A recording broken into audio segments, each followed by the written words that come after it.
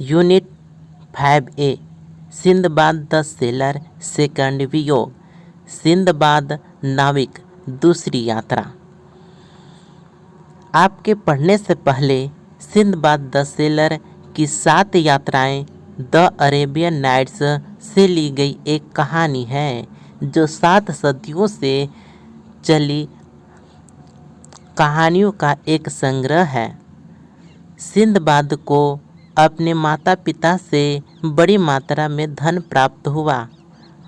पहले तो उसने इसे लापरवाही से मौज मस्ती में बर्बाद किया, लेकिन बाद में उन्हें अपनी गलती का एहसास हुआ और वे व्यापार के लिए समुद्री यात्रा पर निकले। उन्होंने अपनी यात्राओं में कई साहसिक कार्य किए। अपनी पहली यात्रा में वह व्हेल से घिरे एक व्हेल द्वीप में फंस गया था। चालक दल के सदस्यों ने उसे मरा समझकर छोड़ दिया, लेकिन वह चमत्कारिक ढंग से बच निकला। यह जानने के लिए पढ़े कि उनकी दूसरी यात्रा में क्या हुआ। एक द्वीप पर छोड़ दिया। जैसा कि आप जानते हैं कि अपनी पहली यात्रा से लौटने पर मैंने अपने जीवन के शेष दिन बगदाद में चुपचाप बिताने का फैसला किया था, लेकिन बहुत जल्द ही मैं इस तरह के बेकार जीवन से थक गया और एक बार फिर खुद को खोजने के लिए तरस गया समुद्र पर। और इसलिए मैं दूसरी बार एक अच्छे जहाज में अन्य व्यापारियों के साथ गया, जिन्हें मैं जानता था कि वे सही आदमी थे। हम अक्सर लाभदायक सौदे करके एक द्वीप से दूसरे द्वीप भी गए। अचानक एक दिन हम एक ऐसे स्थान पर पहुँचे जहाँ की भूमि फलों के वृक्षों से आच्छादित थी और उत्कृष्ट पानी के झरने थे। न तो घर थे और न ही इसके रहने वाले। जब मेरे साथी फूल और फल बटोरने के लिए इधर उधर भटकते थे तो मैं एक छायादार जगह में आराम करने के लिए बैठ जाता था। कुछ मिनटों के बाद मैं सो गया। कितनी देर तक सोता रहा यह मुझे याद नहीं रहा, लेकिन जब मैंने अपनी आंखें खोली और इधर उधर भटकने लगा, मैं यह जानकर चौंक गया कि मैं अकेला था और जहाज अब समुद्र में नहीं था। मैंने सोचा कि मैं एक बड़ी परेशानी में हूँ और इसलिए मैं इधर उधर भागा और असमंजस में था कि क्या करूं। मैं मदद के लिए चिल्लाया, लेकिन कोई जवाब देने वाला नहीं था और जब किनारे से मैंने जहाज को पूरी पाल के नीचे देखा तो क्षितिज पर गायब हो गया। मैं पूरी तरह से कामना करता था कि मैं सुरक्षित रूप से घर पर रहने के लिए संतुष्ट हो गया था, लेकिन चूंकि इच्छाएं मेरा कुछ भला नहीं कर सकती, इसलिए मैंने साहस किया और बचने के उपाय की तलाश में इधर उधर देखने लगा। फिर मैं एक ऊंचे पेड़ पर चढ़ गया और मैंने सबसे पहले अपनी चिंतित दृष्टि समुद्र की ओर डाली, लेकिन वहाँ कुछ भी उम्मीद नहीं मिली। इसलिए मैं भूमि की ओर मुड़ गया और मैं एक विशाल चमकदार सफ़ेद वस्तु से उत्साहित था, इतनी दूर कि मैं समझ नहीं पाया कि यह क्या हो सकता है।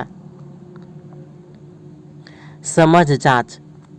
पहला, सिंदबाद ने अपनी पहली यात्रा से लौटने पर क्या निश्चय किया। दूसरा, सिंदबाद जब नींद से जागा तो उसे क्या पता चला। रॉक का अंडा। पेड़ से उतरकर मैंने जल्दी से अपनी आवश्यकताओं के लिए बचा था उसे इकट्ठा किया और जितनी जल्दी हो सके निकल गया और उसकी ओर चला गया। जैसे ही मैं इसके पास आया, यह मुझे विशाल आकार और ऊंचाई की एक सफ़ेद गेंद के रूप में दिखाई दिया, और जब मैंने इसे छुआ तो मैंने पाया कि यह बहुत चिकनी और मुलायम थी। उस पर चढ़ना असंभव था क्योंकि वहाँ पैर रखने का स्थान ही नहीं था। तो मैं उसके पास चला गया। मैं इसके चारों ओर घूमा ताकि कोई रास्ता मिल सके, लेकिन कहीं कोई नज़र नहीं आया। हालांकि मैंने गिना कि यह कम से कम 50 कदम का चक्कर था। इस समय तक सूर्य अस्त होने वाला था, लेकिन काफ़ी तेज़ी से अंधेरा छा गया। वहाँ मैंने देखा कि एक विशाल काला बादल मेरे ऊपर आ गया है, और मैंने आश्चर्य से देखा कि यह असाधारण आकार का एक पक्षी था जो पास में मंडरा रहा था। तब मुझे याद आया कि अक्सर नाविक एक अद्भुत पक्षी के बारे में बात करते हैं जिसे रॉक कहा जाता है, और यह मेरे लिए हुआ कि जिस सफ़ेद वस्तु ने मुझे इतना भ्रमित किया था वह उसका अंडा होना चाहिए। निश्चित रूप से पक्षी उस पर बैठ गया।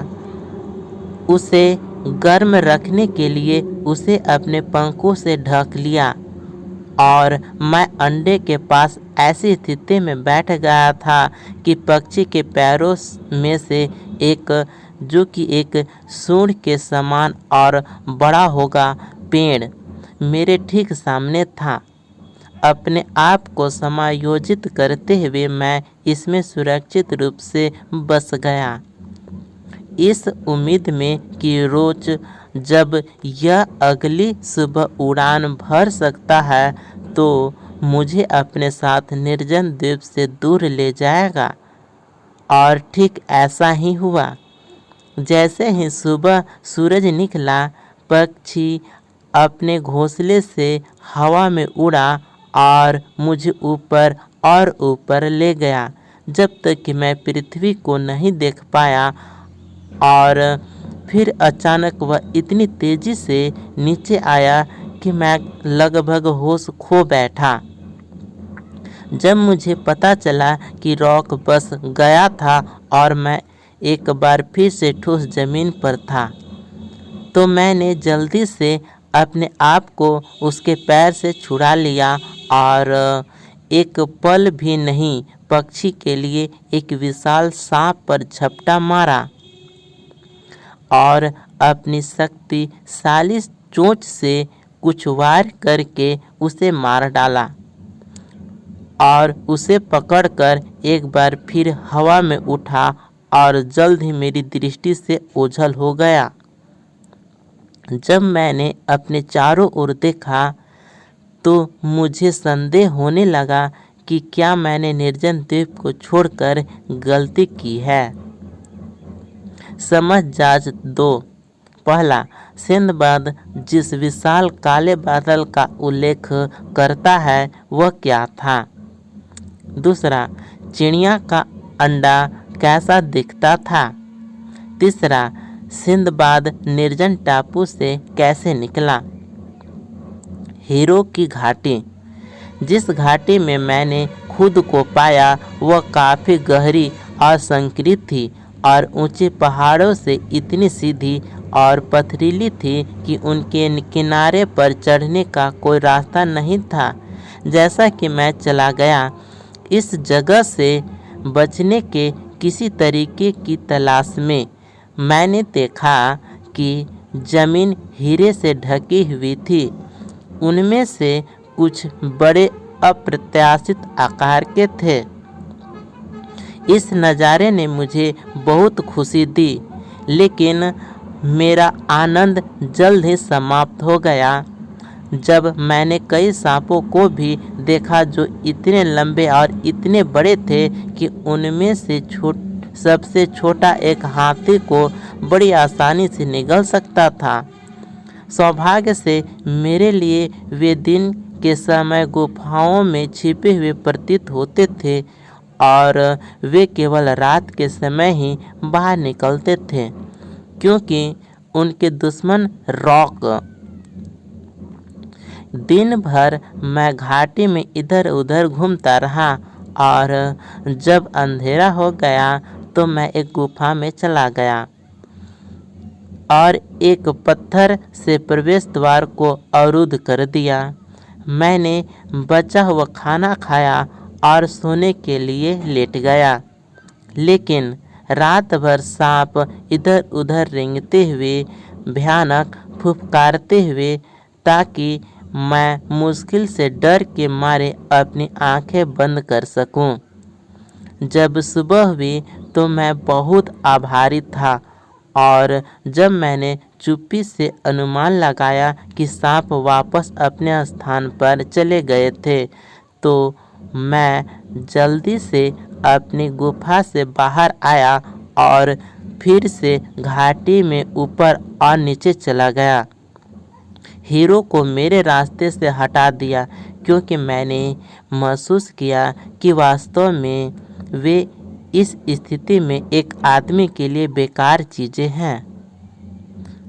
अंत में बहुत थका हुआ होने के कारण मैं एक चट्टान पर बैठ गया, लेकिन मैंने मुश्किल से अपनी आंखें बंद की जब मुझे लगा कि मेरे बगल में एक धड़ के साथ कुछ गिरा।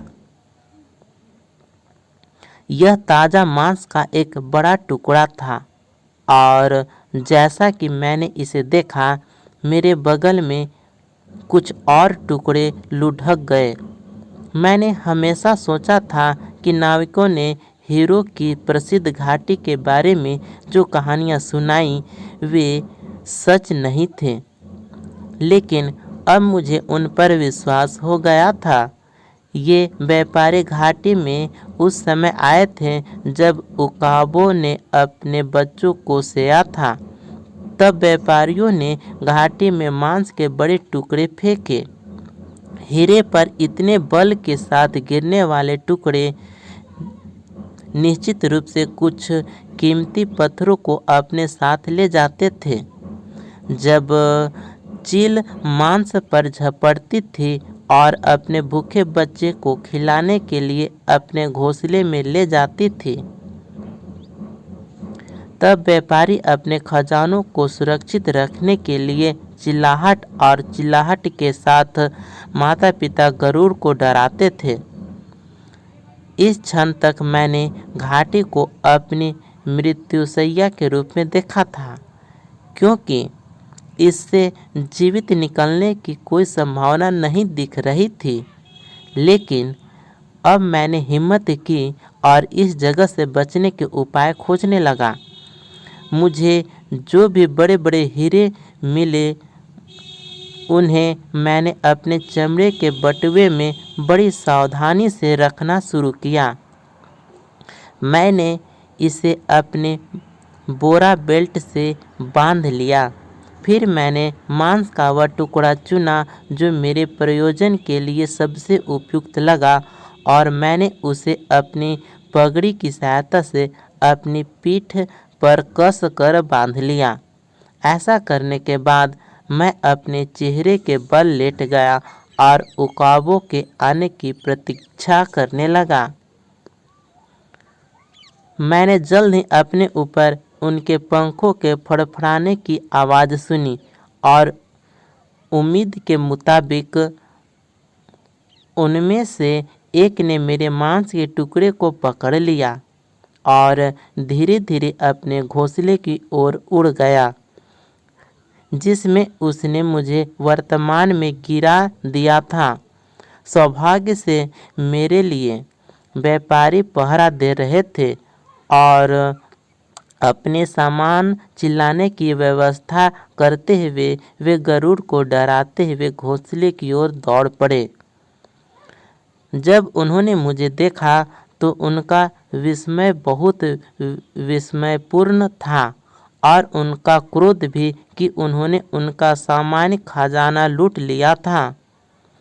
लेकिन जब मैंने उन्हें हीरे दिखाए तो वे सभी मेरे चारों ओर जमा हो गए, मेरे कारनामों पर आश्चर्य कर रहे थे और उस योजना का अनुमोदन कर रहे थे जिसके द्वारा मैं घाटी से भाग निकला था।